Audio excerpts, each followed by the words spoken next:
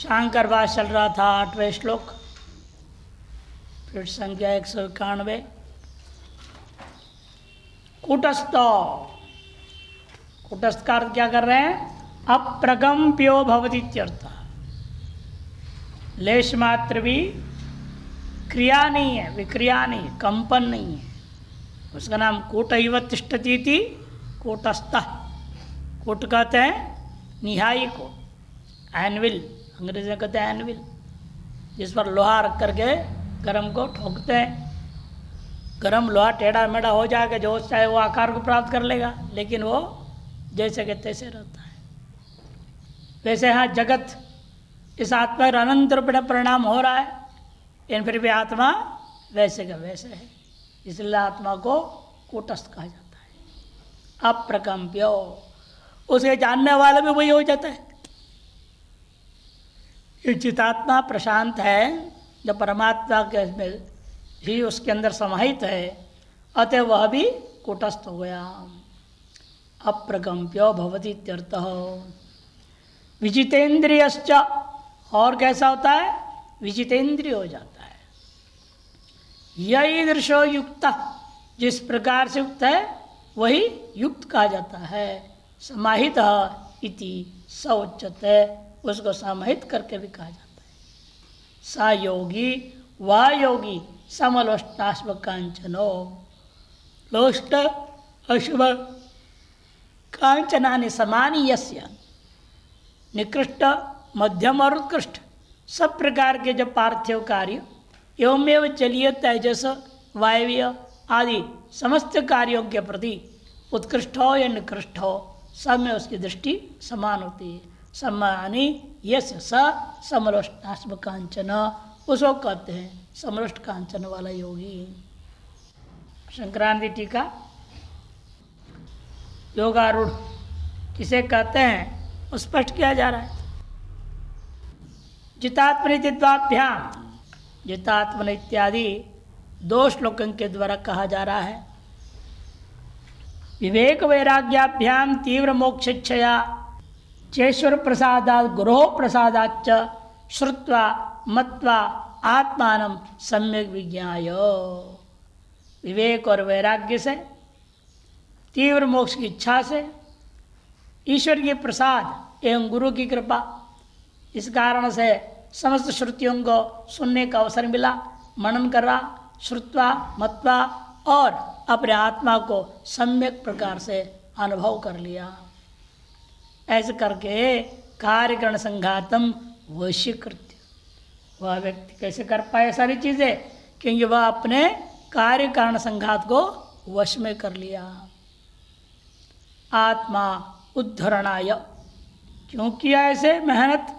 कहते अपनी ही अपने आप को उद्धृत करने के लिए, संसार सागर से उठाने के लिए, बाहर निकालने के लिए उसने मेहनत किया। यह समाधि करोति, जो इस प्रकार समाधि का अभ्यास करता है, तस्य उस व्यक्ति का जितात्मनः, जितो निर्जिता समाधिना सर्ववासना पटल संक्षये सति विपरीत ग्रहो यथा न स्यात् तथा वशीकृतः। जीत लिया है आत्मन अंतःकरण, निर्जितः, कैसे जीत लिया? समाधि का अभ्यास से। सगल वासनाओं के जो विभिन्न स्तर थे सबको नष्ट कर दिया। विपरीत ग्रहण, अन्यथा ग्रहण और विपरीत ग्रहण, यही संसार का मूल कारण है, उसको उसने नष्ट कर लिया है। यथा न स्यात्, इति न होवे जैसे, तथा वशीकृत, उस प्रकार वश कर लिया है। विपरीत ग्रह वैमुख्यम पापितः आत्मा मनो यस्य, ये तो विपरीत ग्रहण से विमुखता को प्राप्त कर लिया गया है। मन, आत्मने मन, यस्य, उसको कहते हैं जितात्मा। तस्य जितात्मनः, ऐसे जितात्मा का, तदेव प्रशांतस्य, इसलिए वो कैसा हो गया है? प्रशांत है, निर्विकल्पस्यते है, और उस यति के अंदर किसी प्रकार का कोई विकल्प ही नहीं रह जाता है। परमात्मा निर्दिश आनंद रूपत्वात्, वह परमात्मा रूप ही हो गया ऐसा व्यक्ति। ऐसा योगी, क्योंकि निरतिशय आनंद स्वरूप को प्राप्त कर लिया है। निरवधिक महत्वाच्च परम सौ आत्मा च, निरवधिक जो है महत् परिमाण वाला भी है। अतएव यहाँ कर्मधारय समास करेंगे, परमश्च सौ आत्मा चैति, सर्वोत्कृष्टात्म स्वरूप है। परम ब्रह्म इत्यर्थ। कहने का अभिप्राय परमात्मा से लेना यहाँ साक्षात परम ब्रह्म ही हो गया। ब्रह्मित ब्रह्मैव भवति। परम ब्रह्म समाहित, सम्यक आहित है। समाहित बने सम्यक आहित इति समाहित, अर्थात विपरीत प्रत्यय निर्मुक्तो भूत्वा बहिरंत सर्वत्र चक्षुषो रूपम इव बुद्धिवृत्ते स्वयमेव विषयो भवति इत्यर्थः। विपरीत प्रत्यय से निर्मुक्त हो जाने के कारण बाहर अंदर सर्व तरफ से जिस प्रकार से चक्षु अपना विषय रूप को देखा करता है, उसी पर बुद्धि अब अपने विषय क्या है इसका, केवल आत्मा ही है। वह स्वयं अपने ही स्वरूप को, आत्मा को ही अनुभव करता है और कोई विषय को ग्रहण नहीं करता। बुद्धिवृत्ति है स्वयमेव विषयो भवति इत्यर्थः। तो कर्ता हम भोक्ता सुखी दुखी इत्यादि विपरीत प्रत्यय संसारी भूतस्य आत्मनः समाधिनिष्ठा संजात विज्ञान बलेन तत्त प्रत्यय संबंध राहित्य आपादनमेव आत्मनः समुद्धरणम इति परमात्मा समाहित इति पदाभ्याम सूचितम भवति होना चाहिए। इति पदाभ्याम सूचितम भवति। इन दो पदों के द्वारा यह सूचित मैंने संकेत करके कह दिया जा रहा है कि कर्ता हम, भोक्ता हम, एतादृश वृत्ति उसकी होती नहीं। अब मैं सुखी हूँ, मैं दुखी हूँ, इत्यादि विपरीत प्रत्ययों के द्वारा जो संसारी भूत आत्मा था वह अब समाधि निष्ठा के द्वारा संजात विज्ञान बलेन, समाधि निष्ठया संजात विज्ञान बलेन, समाधि निष्ठा के द्वारा सम्यक प्रकार से उत्पन्न अनुभूति के बल पर, जीव ब्रह्मैक्यता अनुभूति के बल से तत्त प्रत्यय संबंध राहित्य आपादनम, तत्त प्रत्यय के संबंध से रहित अपने आप को सिद्ध कर लिया। अतएव इसी का नाम है आत्मन समुद्धरणम। इसी का नाम है कि संसार से अपने आप को आपने उद्धार कर लिया। इन बातों को ही परमात्मा और समाहित इन दो पदों के द्वारा सूचित किया गया।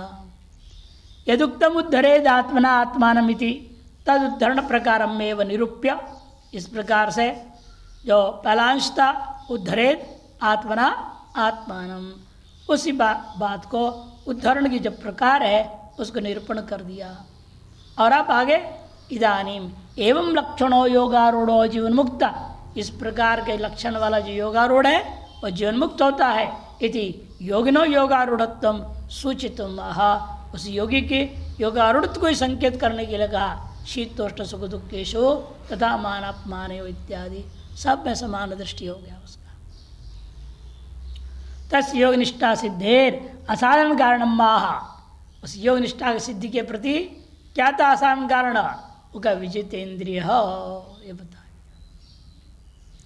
सत्सद विवेक जन्य तीव्र मोक्षाभ्याम विशिष्य जितानि विजितानि विषय ग्रहण वैमुख्यम गमितानि इंद्रियाणि बाह्याभ्यंतर करणानि येन स जितेंद्रियो भूत्वा इत्यर्थः। सदसद विवेक से जन्य तीव्र मोक्ष की इच्छा, इसके द्वारा विशिष्य जितानि, विशेष रूपेण जीत लिया। विजितानि क्या जीत लिया, विषय ग्रहण वैमुख्यम गमितानि, विषय ग्रहण से विमुखता को प्राप्त करा दिया। किनको विषय ग्रहण करने से विमुखता को प्राप्त कराया, कहते इंद्रियाणी। कौन सी इंद्रिया, बाह्याभ्यंतर करणानि, भीतर बाहर सब करणों को, विषयों को ग्रहण करने से विमुखता को प्राप्त करा दिया। ऐसे करा दिया गया है ये ना, जिसके द्वारा स वह व्यक्ति, वह योगी को कहा जाता है जितेंद्रियो। ऐसा होकर भूतवा योगी, वह योगी क्या हो गया, योग निष्ठायाम प्रवृत्तो ब्रह्मविद् यति योगी, जो विजितेंद्रिय, ये बात योगी शब्द को ले लिया। योगी का अर्थ कर रहे हैं जो योग निष्ठा में प्रवृत्त है, ऐसा जो प्रवृत्त यति स्वयं ज्ञान विज्ञान तृप्तात्मा, स्वयं कैसा है? ज्ञान और विज्ञान, परोक्ष और अप्रोक्ष उभयानुभूति के द्वारा जो तृप्त आत्मा है, अंतःकरण है जिसका, ऐसा वो हो गया। ज्ञान विज्ञान तृप्त आत्मा। सर्वं खलविदं ब्रह्म तज्जलानिति अयम आत्मा ब्रह्म तत्त्वमसि ब्रह्मविदं सर्वम इत्यादि श्रुतियाँ, इत्यादि श्रुतियों को अनुभव कर रहा है, अतः तृप्त हो चुका है। वासुदेव सर्वम इत्यादि स्मृतियश्च सर्वस्य जगत नाम रूप प्रत्यय निराश पूर्वकम नियमेन ब्रह्मातृत्वं प्रतिपाद्यन्ति। कहने का मतलब वह व्यक्ति सबके अंदर विद्यमान दिखाई देता हुआ संपूर्ण जगत में जो भी नाम और रूप और तज्जन्य जो प्रत्यय, इन सब का निराश कर दिया। निराश पूर्वक नियमित रूपेण नित्य निरंतर ऐकांतिक रूपेण अव्यभिचरित रूपेण क्या अनुभव कर रहा है? कहते ब्रह्म मात्रम प्रतिपाद्यन्ति, ब्रह्मात्र का प्रतिपादन कर रहा है। निरुक्त श्रुति स्मृति वाक्य बलात् सर्वस्य ब्रह्मात्रत्व अवधारणम अप्रतिहतम ज्ञानम शास्त्रेण सूर्य ग्रहण निश्चयवत्। सूर्य ग्रहण के द्वारा आप जैसे वस्तुओं को निश्चय कर लेते हैं सूर्य ग्रहण के माध्यम से, तो उसी प्रकार से जैसे आप सूर्य को ग्रहण करेंगे वहाँ कोई संशय रह जाता है कि सूर्य है या नहीं। जब सूर्य को बाकी प्रकाश में संशय हो जाएगा, लेकिन सूर्य को जब देखेगा ये सूर्य है या नहीं, ऐसे आज तक किसी को संशय नहीं हुआ, न होगा। ठीक उसी प्रकार से जिसने आत्मा का अनुभव कर लिया और अनुभव हो रहा है, उसको ये आत्मा है या नहीं संशय होगा क्या? कभी नहीं होगा। मैं जो हूँ वह मेरे को अनुभव में आ गया, इससे बढ़िया खुशी और क्या बात है। इसलिए कहते देखो कि ब्रह्मातृत्व अवधारणम अप्रतिहतम ज्ञानम, श्रुति स्मृति वाक्य के बल पर संपूर्ण जगत को ही ब्रह्मातृत्व निश्चय कर लेता है, और वह भी बिना प्रतिबंधक का ज्ञान रहेगा। शास्त्र के द्वारा वह सम्यक प्रकार से उसी प्रकार उत्पन्न हुआ है जैसे सूर्य का दर्शन से सूर्य का ज्ञान उत्पन्न हो जाता है। ये हो गया ज्ञान। विज्ञान क्या है फिर? विज्ञान तो श्रुति स्मृति भी सम्यक निर्धारित चिदेक बुद्धिवृत्त्या ब्रह्मैवाहमिदं वा जगच्च इति निर्विशेषात्मना सर्वदा परिपूर्ण से साक्षात अपरोक्षीकरणम विज्ञानम, इसे विज्ञान कहते हैं। विज्ञान जो है श्रुति स्मृति के द्वारा बताया गया का सम्यक निर्धारित, सम्यक प्रकार से निर्धारित कर दिया है। जीव ब्रह्म और जगत सब क्या है? ब्रह्म ही है। सर्वमिदं ब्रह्मैव, इस बात को पकड़ लिया है उसने, अनुभव कर रहा है। चिदेक बुद्धिवृत्तिया, चिदेक आकार बुद्धिवृत्ति के द्वारा ब्रह्मैवाहमिदं जगच्च, ब्रह्म ही मैं हूँ, केवल मैं ही ब्रह्म नहीं हूँ, ब्रह्म ही मैं हूँ और जगत भी ब्रह्म है। इति निर्विशेष आत्मना सर्वतः परिपूर्णस्य, निर्विशेष रूपेण सर्वतः कालतः देशतः वस्तुतः जो अपरिच्छिन्न है, ऐसा जो परिपूर्ण आत्मा है उस साक्षात अप्रोक्षीकरणम विज्ञानम, उस साक्षात अप्रोक्ष कर ले नाम ही विज्ञान है। ऐसे ज्ञान विज्ञान तृप्त आत्मा। चक्षुषा राहुग्रस्तार्क बिंब दर्शन वद एताभ्यां मुक्त लक्षणाभ्याम विज्ञानाभ्याम सर्वस्य ब्रह्मातृत्व अवगाहकाभ्याम अप्रतिबंधकाभ्याम तृप्त पूर्ण। ऐसा नहीं है जैसे चक्षु के द्वारा राहुग्रस्त सूर्य के बिंब का दर्शन हो जाता है। सूर्य बिंब दर्शनवद, सूर्य का केवल दर्शन नहीं होना, जब पूर्ण सूर्य ग्रहण हो जाए तो क्या होता है? एक काला सा प्लेट सा दिखता है, पूर्ण सूर्य ग्रहण। वैसे नहीं है, यहाँ सूर्य का दर्शन हो रहा है, आत्म प्रकाश का अनुभूति उस प्रकार नहीं है जैसे राहुग्रस्त सूर्य हो। चक्षुषा राहुग्रस्तार्क बिंब दर्शनवद एताभ्याम मुक्त लक्षणाभ्याम पूर्वोक्त जो लक्षण वाले ज्ञान और विज्ञान के द्वारा सर्वस्व ब्रह्मातृत्व गाहकाभ्याम जो सर्वत्र ब्रह्मातृत्व अवबोध का अनुभूति कराने वाले अप्रतिबंधकाभ्याम बिना कोई प्रतिबंधक के होता है जो उससे तृप्त पूर्ण विकल्पांतर से अवकाश रहित पूर्ण है। अतः विकल्पांतर के अवकाश नहीं है। ऐसे आत्मा मन है जिसका, अंतःकरण है जिसका, सा उसे कहा जाता है ज्ञान विज्ञान तृप्तात्मा। तथैव इसी कारण से उसके लिए सब कुछ समान हो गया। समलोष्टाश्म कांचन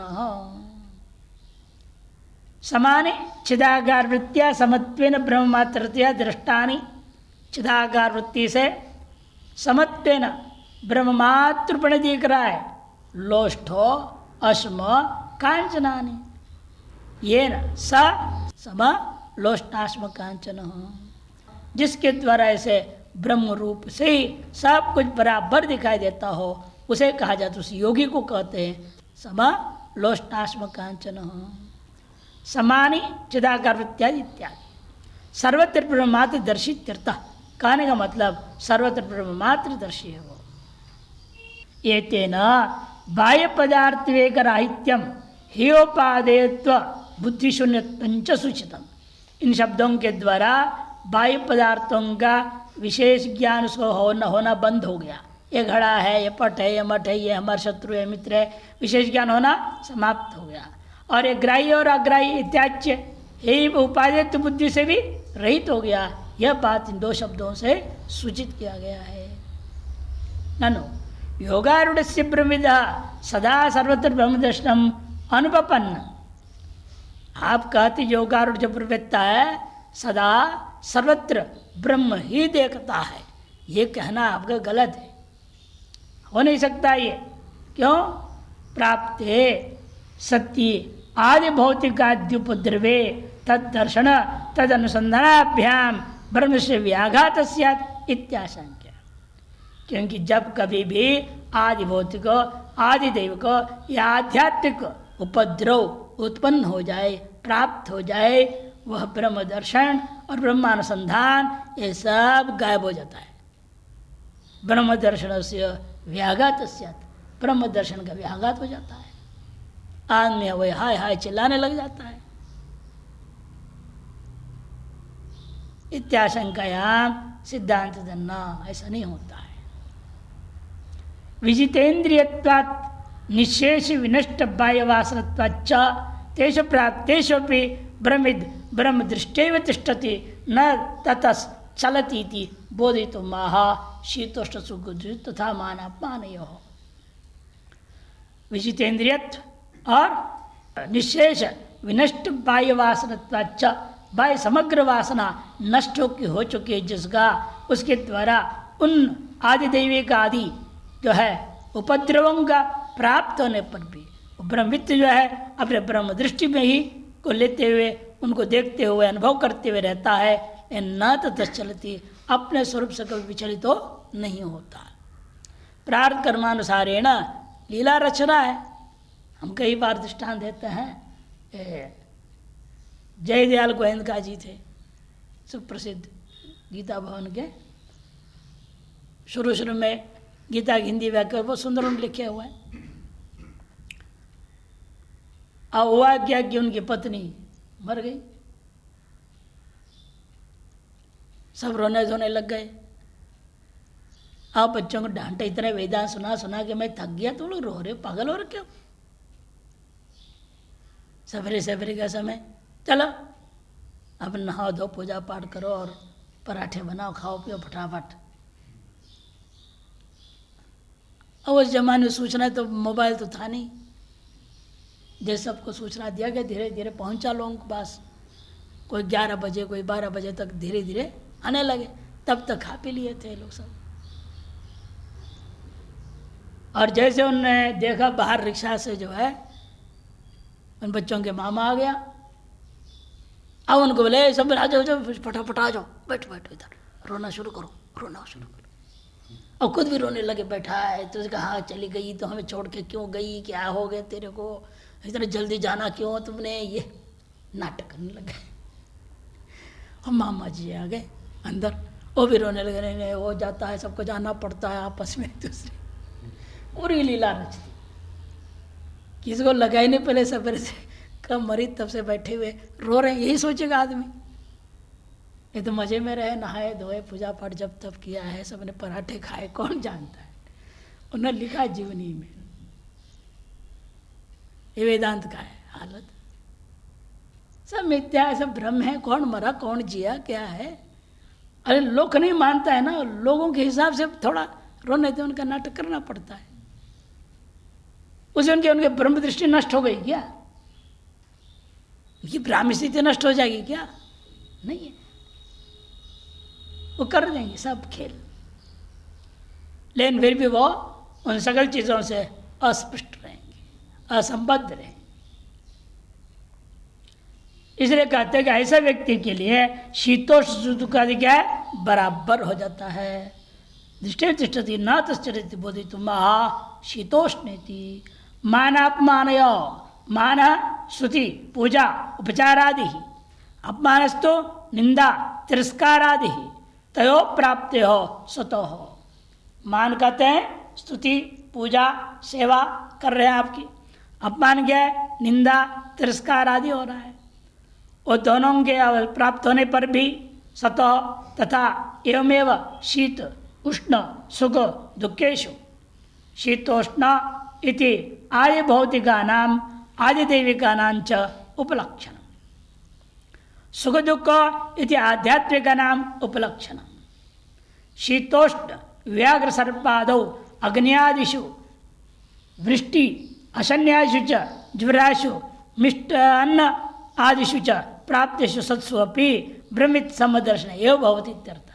कहने का अभिप्राय, शीतोष्ण हो चाहे व्याघ्र सर्प आदि हो, अग्नि आदि से जल जाए, वृष्टिया अशनि आदि से जो है विनाश हो जाए, या शरीर में ज्वरादि रोग आ जाए, या बढ़िया भंडारा मिल गया, हाँ जैसे चाहते थे मिठाई मिल गया, मिष्ठान्न आदि मिल जाए, तो ये खुश नहीं होता हो। ना उन चीज़ों से दुखी हो रहा है, ना इन चीज़ों से सुखी होता है। जब प्राप्त है सत्स्वपी, इन सब का प्राप्त होने पर भी भ्रमित जो है समदर्शन एव भवति, समदर्शन ही बनाए रखता है। न तो आरोपिता नाम रूप क्रिया तत्फलानुसंधान परो भवति, और न तो आरोपित नाम रूप क्रिया तत्फल के अनुसंधान करने वाला नहीं होता।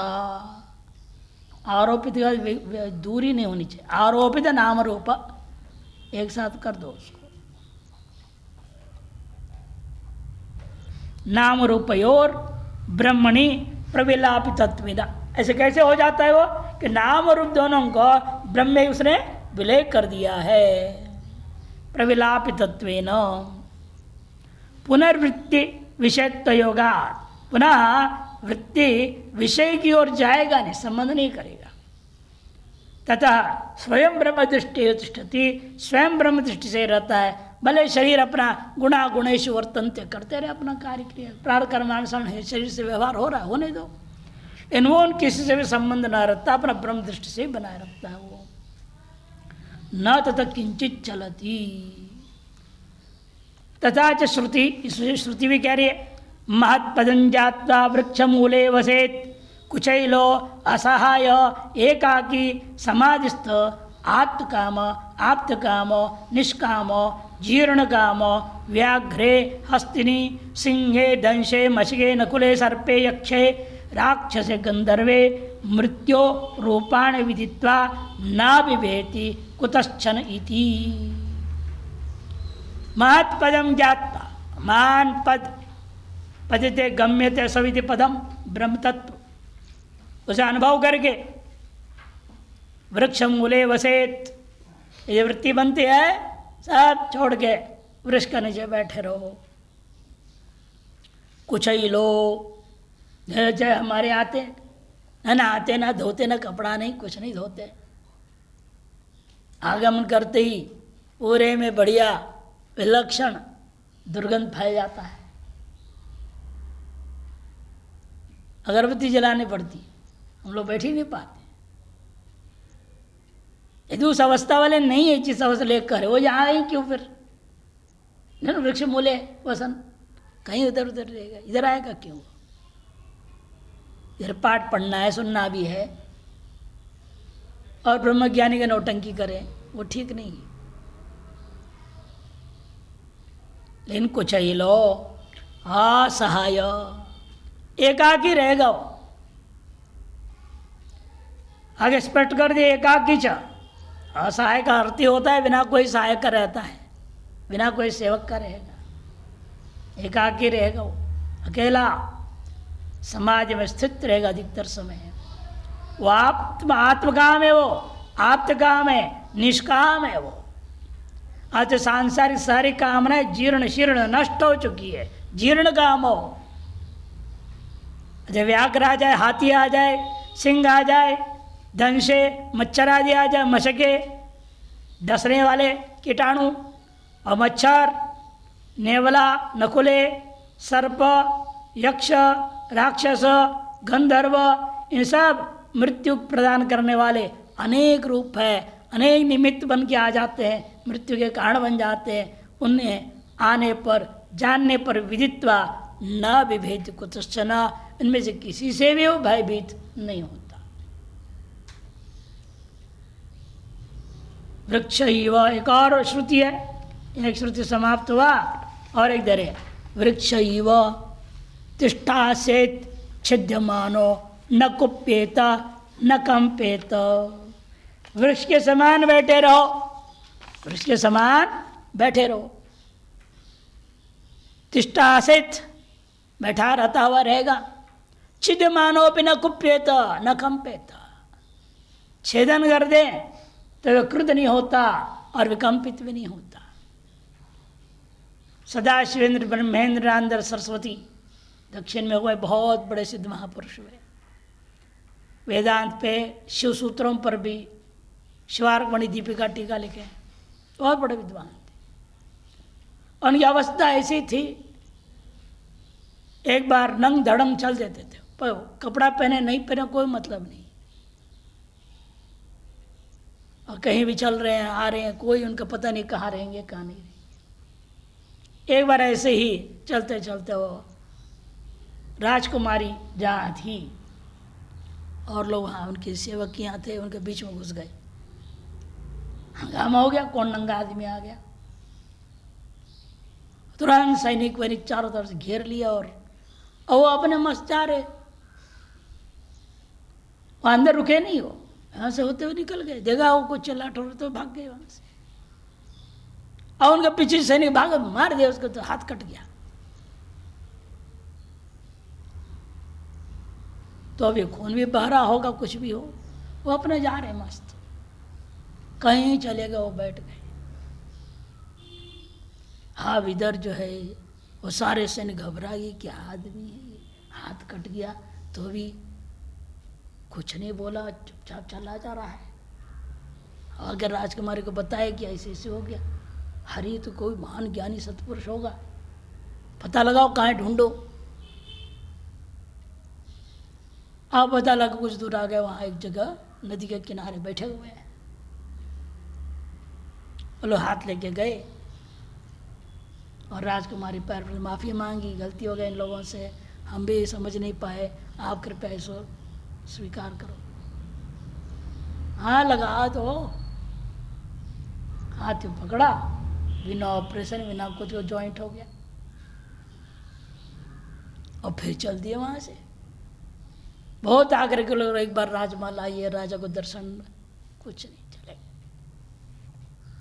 फिर राजा खोजा उनको, खोज के मनाया बड़ा मुश्किल से, कि आप एक स्थिर होकर के बैठिए, आपकी स्थिति इतना दिव्य है, हम चाहते हैं कि आप हमारे राज्य में स्थिर होकर बैठ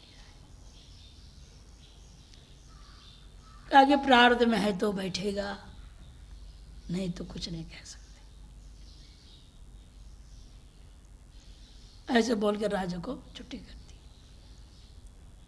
फिर कुछ दिनों के बाद उनकी वृत्ति बन गई, प्रारब्ध कर्म जग गया, ग्रंथ लिखने थे ना, भगवान ने प्रेरणा दी, अरे आपको लिखना है, दुनिया को ज्ञान देनी है इस प्रकार से। वो प्रेरणा हुई तो उसी राजा के वहाँ सीधे राजमहल में पहुँच गए, वैसे ही नंग दड़ंगे। राजा तुरंत जानकारी मिलते स्वागत किया और बिठाया। फिर क्या आदेश, ने कहा भैया का हमारे लिए कहीं एक ऐसी जगह बिठा दो जहाँ हमारे को प्रेरणा मिली है, वेदांत पर ग्रंथ लिखना है, टीका लिखनी है, शिवसूत्र पर लिखना है। तुरंत राजा ने व्यवस्था कर दिया, वहाँ रहकर वो 3 साल रहे और लिखते रहे, उसके बाद शरीर छोड़ दिया। ऐसे सब महान योगी लोग हुए हैं, ऐसे नहीं कि ये जो श्रुति केवल कह रही है, श्रुति कहा हुआ दुनिया में देखने को मिला है। छिद्यमानो न कुप्येत न कंप्येत उपलैव तिष्ठासेत्, छिद्यमान न कुप्येत न कंप्येत। बड़ा चट्टान जैसे बैठे रहो, चाहे कोई तोड़े फोड़े कुछ करे तो भी बिना कंपन, बिना कोई क्रोध आदि करे। और आकाशमेव तिष्ठासेत्, आकाश के समान बैठे रहो, छिद्यमानो न कुप्येत न कंप्येत सत्य तिष्ठासेत्, सत्य रूपा ब्रह्म के साथ एक भूत होकर पड़े रहो, इत्यादि श्रुतियां प्रमाण है। एवं विपरीत प्रत्यय हेतुषु प्राप्तेषु, इस प्रकार से विपरीत प्रत्यय के कारण उपलब्ध हो जाए, प्राप्त हो जाए, सामने आ जाए तो भी ब्रह्मवित् कूटस्थ विपरीत प्रत्यय अकंप्य, प्रत्ययैरकंप्य, प्रत्यय होना चाहिए, अय मात्रा नहीं है यहाँ पर, प्रत्ययर अकंप्यो भवति, उन विपरीत प्रत्ययों के द्वारा अकंप्य हो जाता है। यदा, जब ऐसे होता है, तदा, तब समझो आप क्या हो गए, युक्त हो गए, योगारूढ़ हो गए। इति उच्यते पंडितैर इति द्वयोरर्थः। तब अन्य पंडित लोग, जो शास्त्र के वेत्ता लोग कहते हैं ये महान संत हैं, ये योगी हैं, ये योगारूढ़ हो चुके हैं, ये युक्त हैं, ऐसे लोग कहेंगे। यानी लोगों को पैसा देकर कहेंगे आप हमको योग ऋषि घोषित करो, पैसा देके घोषित करवाते हैं, जगत गुरु घोषित कर दो, सदगुरु घोषित कर दो, टाइटल, माला पहनाने के लिए पैसा नहीं, उनके पास तो क्या कर, पैसा दे करके माला पहनवाएंगे। ऐसे ऐसे लोगों को देखा हमने, नहीं कैसे महात्मा है।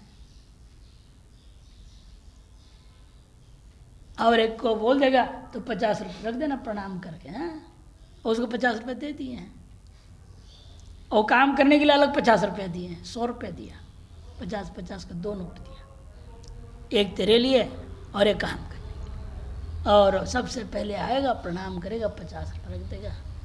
अब वो 50 एक ने रख दिया तो दूसरा जो प्रणाम करेगा 5 तो रखेगा, 10 तो रखेगा, सब रख चढ़ाएंगे।